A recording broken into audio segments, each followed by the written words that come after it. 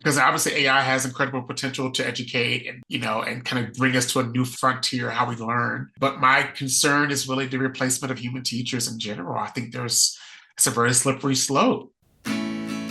Welcome to the Healthy Screen Habits Podcast. I'm Hillary Wilkinson. Whether you're starting your parenting journey with a newborn or looking to connect with your teen on technology, let's learn some new healthy screen habits together.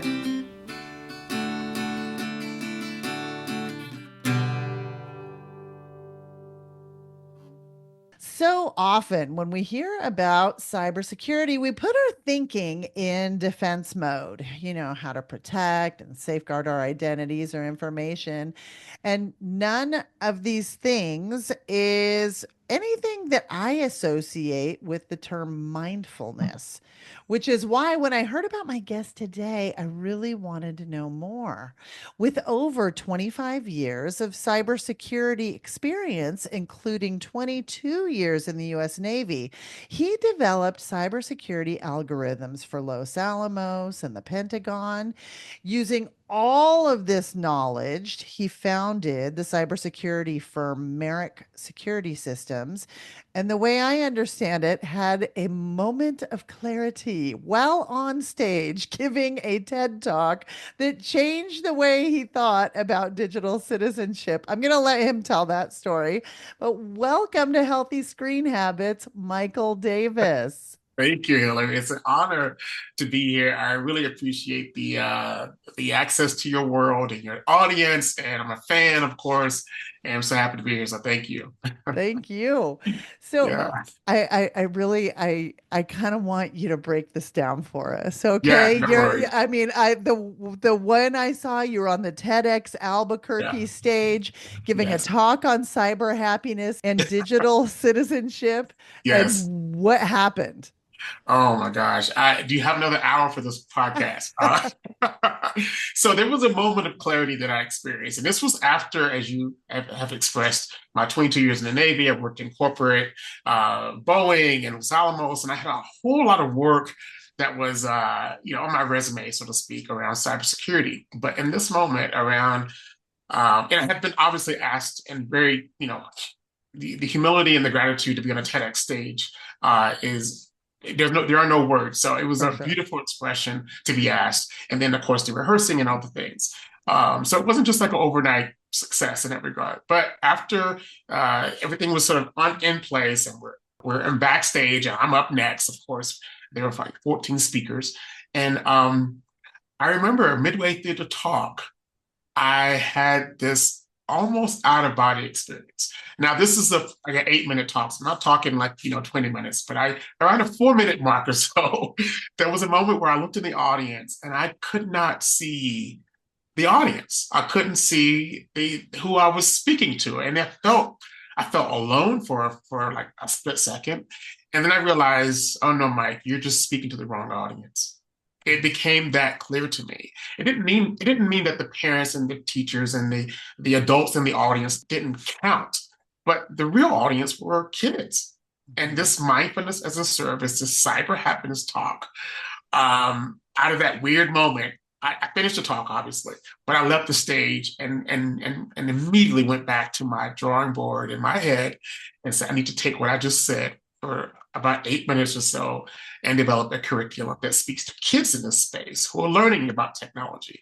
The typical 6 year old who's getting dad's old iPad or mom's old iPhone or whatever they're getting handed. Let's teach them cyber ethics. Let's teach them what does it feel like to be in this kind of technology space without any directions. Other than press this button and click there, and then you're doom scrolling for 2 hours later. So it Right. wasn't a moment of sort of this space of I don't know what to do next. It was the most clear moment of what to do next. It sounds almost like spiritual, to be Oh, honest with you. I, It I it feels it has that like yeah, no, that energy about it, you know? 100% Hillary. I did not think of it that way in that moment, but looking back now and hearing you say that, that's exactly what it was. Yeah, We're it's kind of put on this powerful. earth to kind of provide a purpose, and in that moment, I think I was gently nudged, gently nudged that purpose space, And mindfulbites.io grew from that experience. I love it.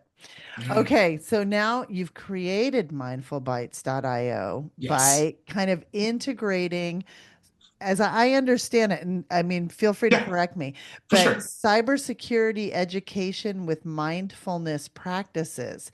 And I'm having maybe my brain's too small. What does this look like? I don't, I'm having a hard time visualizing. Yeah, It's a K-5 curriculum, correct. and I don't, can you maybe take me through a lesson? Of Like, course, walk me absolutely. through what does it look like and how it gets Yeah. employed?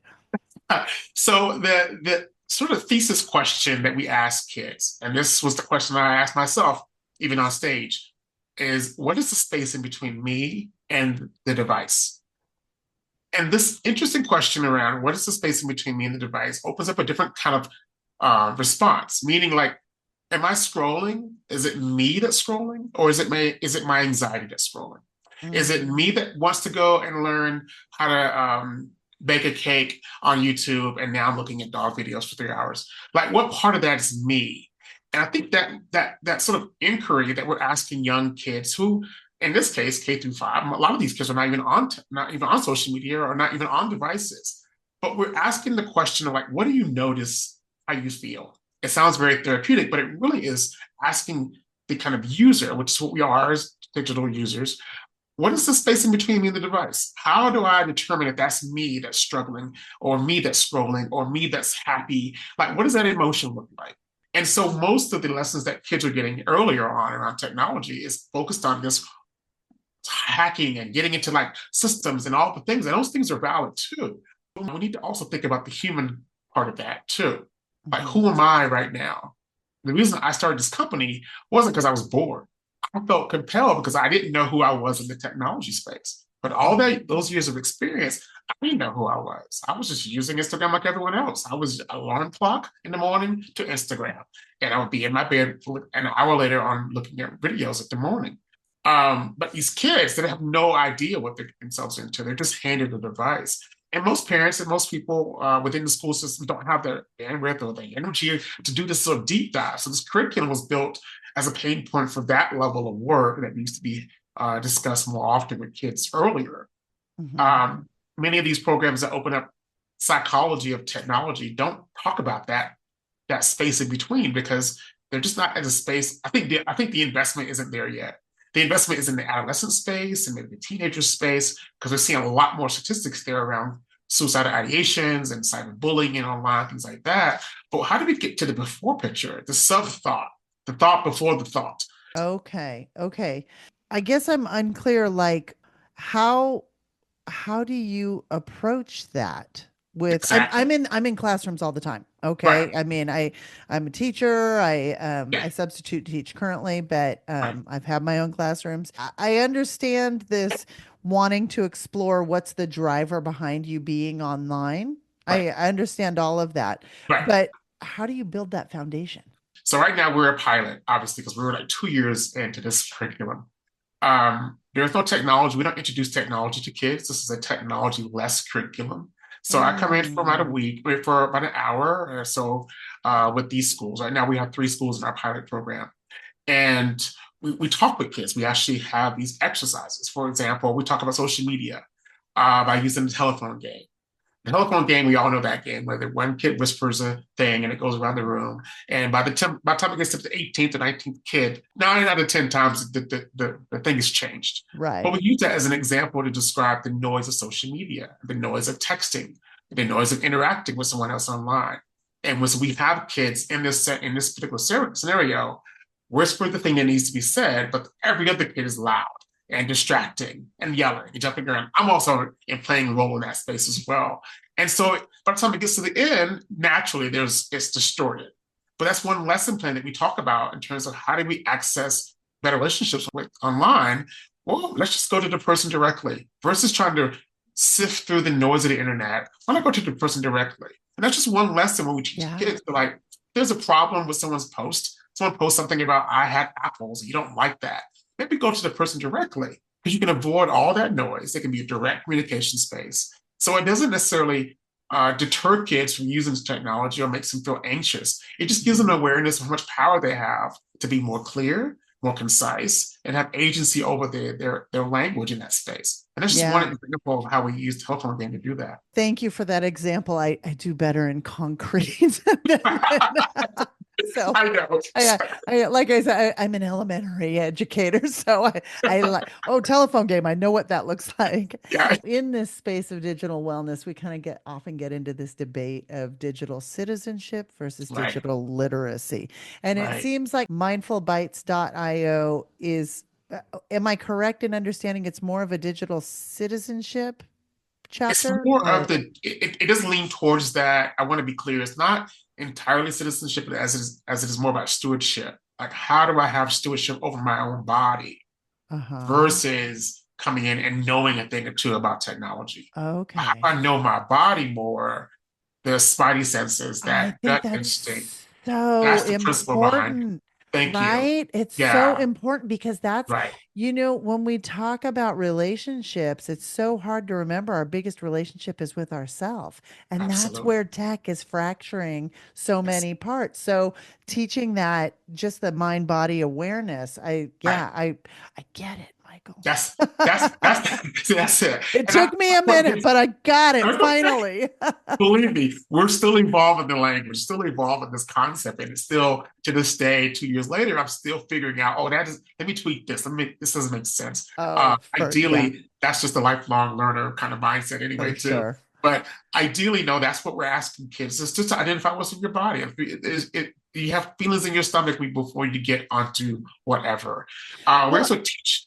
Okay, oh, I was going to say, and to that point, if you right, weren't somebody who was so dialed in and connected with your self experience, you may not have been open to receiving that aha moment on the TEDx stage. So that absolutely, illustrates why this type of connection to self, to reading the room, so to speak, that's why it. that's so important.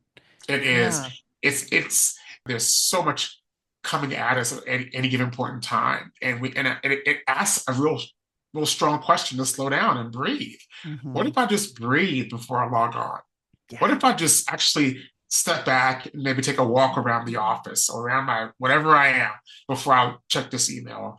There's a reason why we send an email or we type an email out and it's just feeling anxiety. We put it to the drafts folder for a day or two.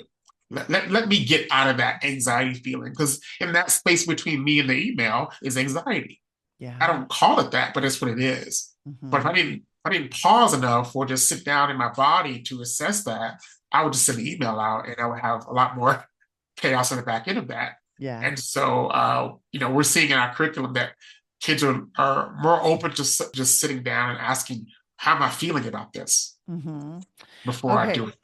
Yeah. So I see on your team, there's yourself, you've got Yes. a chief people officer and a researcher who is interested in the emerging field of cyber psychology, which we're going to cover that later because my brain is spinning on that. But who wrote the curriculum for your program? Mostly myself and a researcher. She did a lot of the initial kind of push, and I sort of brought it up to level of publishing. And so we're still designing an element for because obviously every grade level, it's K through 5, every grade level has a Hmm. different tinge and language around Sure. that. So I wrote the Sure. curriculum mostly. I didn't tell you this earlier, but I'm also a PhD student in cybersecurity. So this is actually part of my grand sort of dissertation space around microbytes and the K through 5 sort of early childhood education space. Awesome. So, but I wrote the curriculum and we're still designing and repurposing some of the language around what it is currently. Okay, got you. So, my background, like I said, is in education and developmentally appropriate practice. So I was just wondering where you get your kind of like for developmentally appropriate practices, Oh where, my gosh.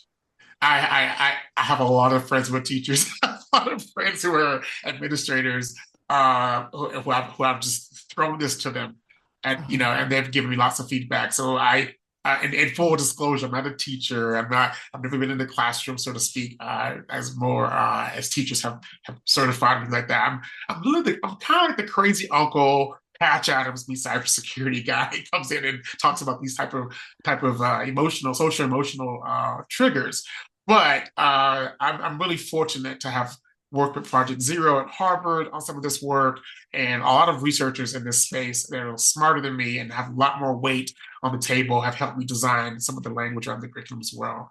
I shouldn't say I wrote the curriculum. I've been the steward of the curriculum for this time, and I've been able to be very fortunate to have people around me who've assisted in this space with me. When we come back, let's talk more about the challenges that kids are facing with tech and how mindfulbytes.io can help them build that resilience and responsibility.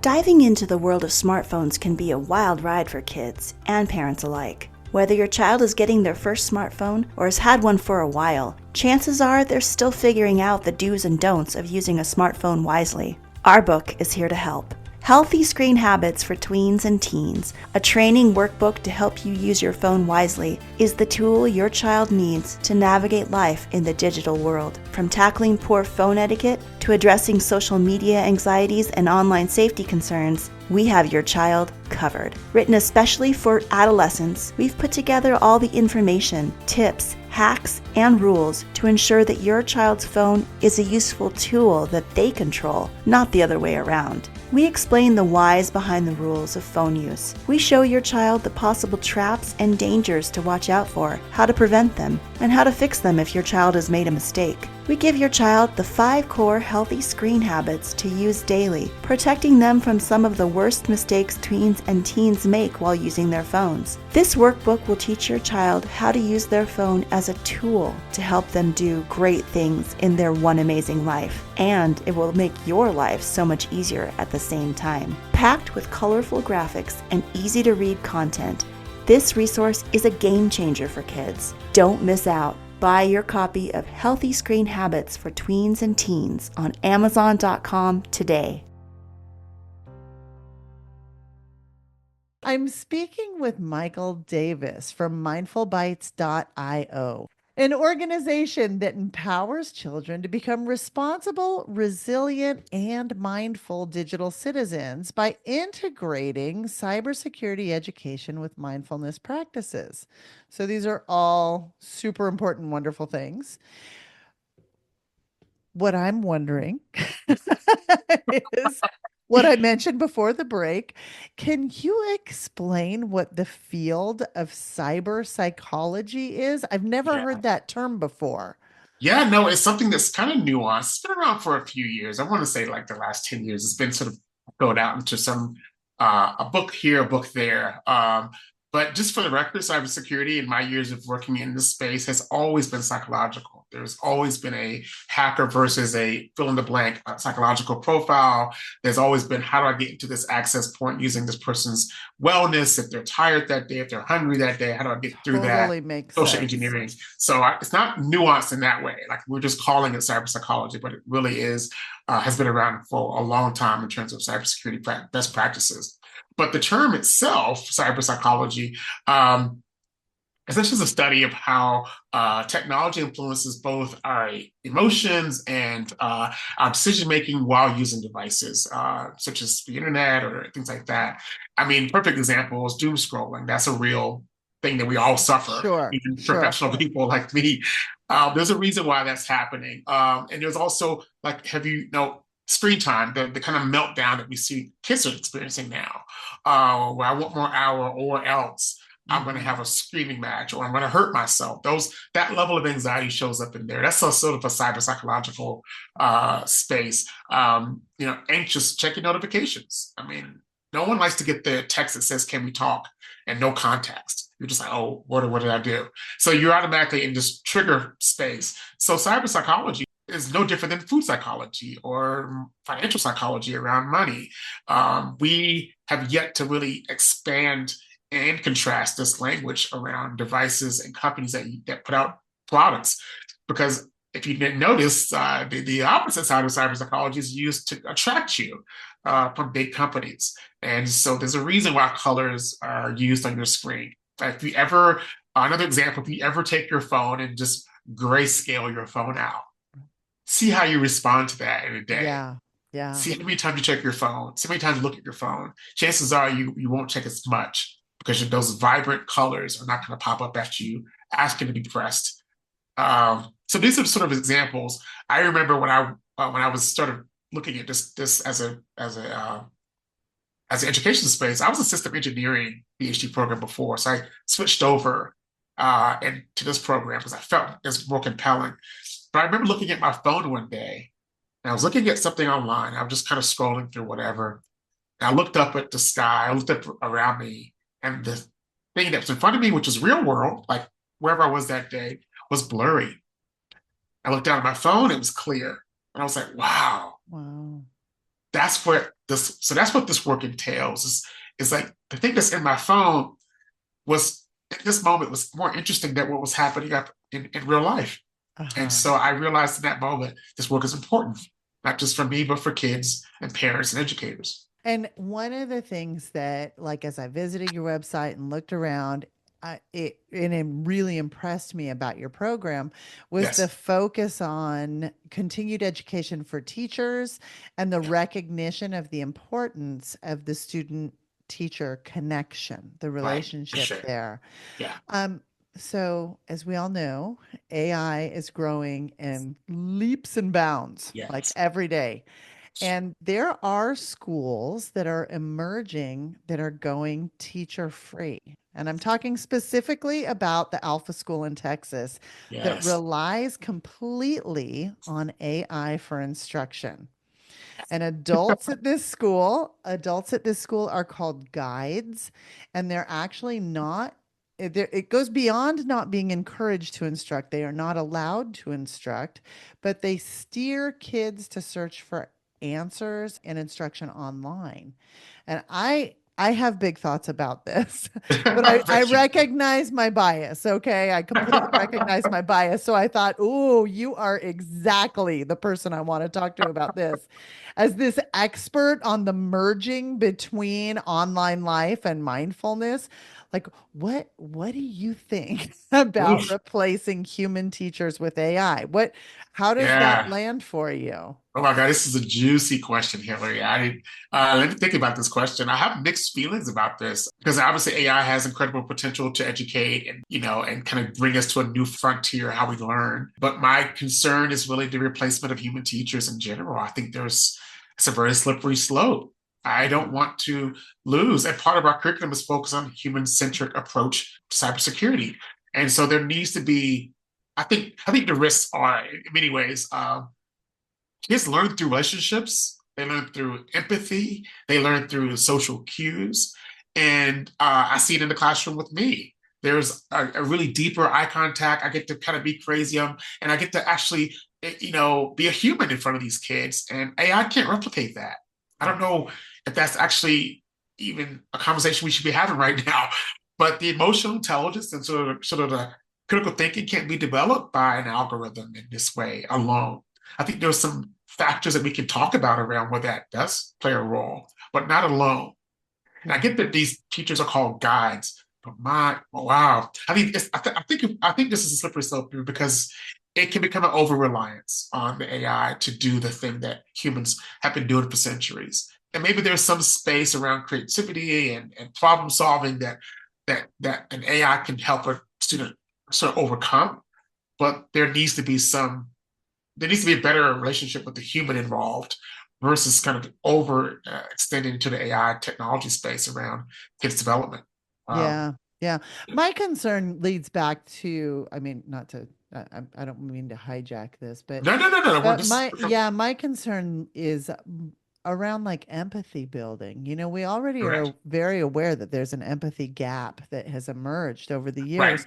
And I don't know how AI would be able to teach that. I feel like I don't know. I have so many concerns because I also get into this, the whole hive mind type thing. Like, Right. is it truly creative? Is it not? I don't know. I have a limited understanding of what generative AI can Yeah. do. So No, yeah.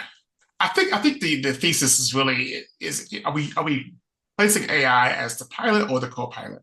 I think if we can mm, really define what those boundaries are, then that might be a sort of a safer space for this AI injection to the classroom. But teachers, undoubtedly, teachers are replaceable. I don't say that lightly. No technology can replace an actual human who has the kind of feeling space and the empathy space, as you mentioned, to connect with students' learning development Right. space. Well, I feel like I remember reading you had a transformational relationship with a teacher in your I younger did. years, didn't you? This is exactly why I bring this up because my company's name is Merrick for a very specific reason. My eighth grade math teacher, Mrs. Sharon Burke, sat me down at 13 and was like, "Hey, you're screwed up, and you're gonna. I can see you hiding in my class." And she didn't say it in a way that was profound, but some reason that day I was completely in the receptive stage of my life to receive that message from her. And so when I started this company, 100 years later, I didn't have a name, obviously, and I thought about that moment when I was Mm. 13, and I want to be clear, I was hiding on purpose. I didn't want to be too smart. I didn't want to be too kind of in the back. I wanted to be kind of in the middle, kind of class clown status. And she did not accept that one bit. She was my math teacher that I had to pass, so I couldn't just like fake it till you make it.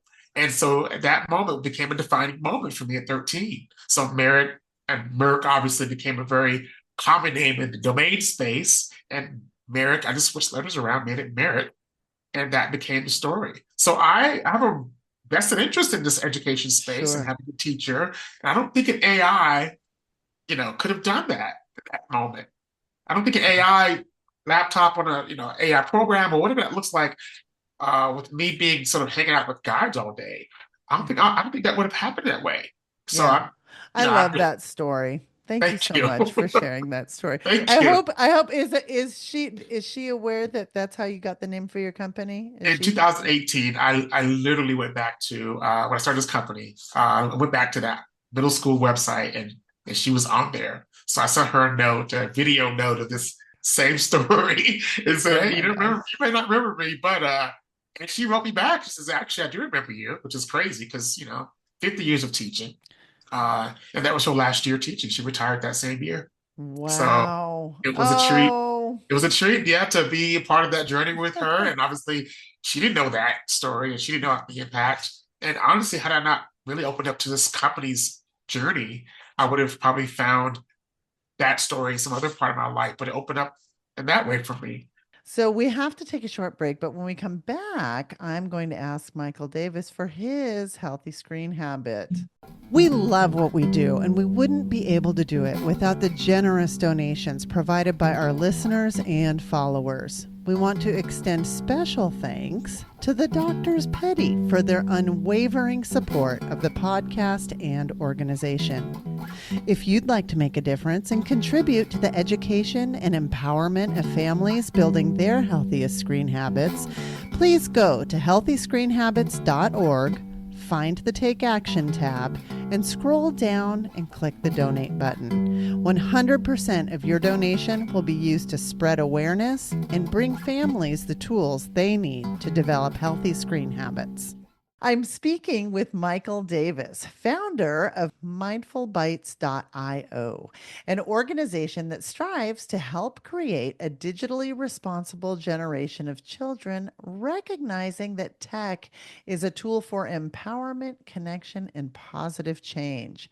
So, Michael, on every episode of Yes. the Healthy Screen Habits podcast, I ask for a healthy screen habit. And this is going to be a tip or takeaway that Yes. listeners can put into practice in their own home. Yes. What's yours? Oh my goodness. I think for us and for this program and for our curriculum and work we're doing behind this work, the advice I have is start early and stay mindful. We must focus on early intervention. And I know it sounds silly, but asking quick kids abstract questions around their feelings actually opens up a different conversation than maybe you don't know even exist. And so it's not about online behavior. It's not about literacy. It's about finding a voice that they can speak to and have agency over their digital usage. And so I think when we can get to the point where um, technology doesn't scare us, we can own part of that and actually have fun with it. and have agency over that. So I think our advice is really start early and stay mindful in this space because technology is not going anywhere. And as we've discussed in this call, AI is not going anywhere either. But ideally, if you start early and get an early intervention space and a healthy space, it doesn't make it weird. It makes it exciting. And it's a very common, experience we all get to share in this world. And our youngest users are our most vulnerable. So let's start early. Great. As always, you can find a complete transcript of this show as well as a link to mindfulbites.io. You do this by going to the Healthy Screen Habits website and click the podcast button to find this episode. Michael, thank you so much for being here today and for all your work in the world to build resilience and digital wellness and awareness and health, all of the things. Thanks, Haley. It's been an honor to be here. I'm a fan of yours, so thank you so much for having me on here. This has been a real treat. Appreciate you. For more information, you can find us on Instagram and Facebook at Healthy Screen Habits. Make sure to visit our website, healthyscreenhabits.org, where you can subscribe to the show on Apple Podcasts or via RSS, so you'll never miss an episode. It's free, it's fun, and you get a healthy new screen habit each week. While you're at it, if you found value in this show, we'd appreciate you giving us a quick rating. It really does help other people find us and spread the word of healthy screen habits. Or if you'd simply like to tell a friend, we'd love that too. I so appreciate you spending your time with me this week, and I look forward to learning more healthy habits together.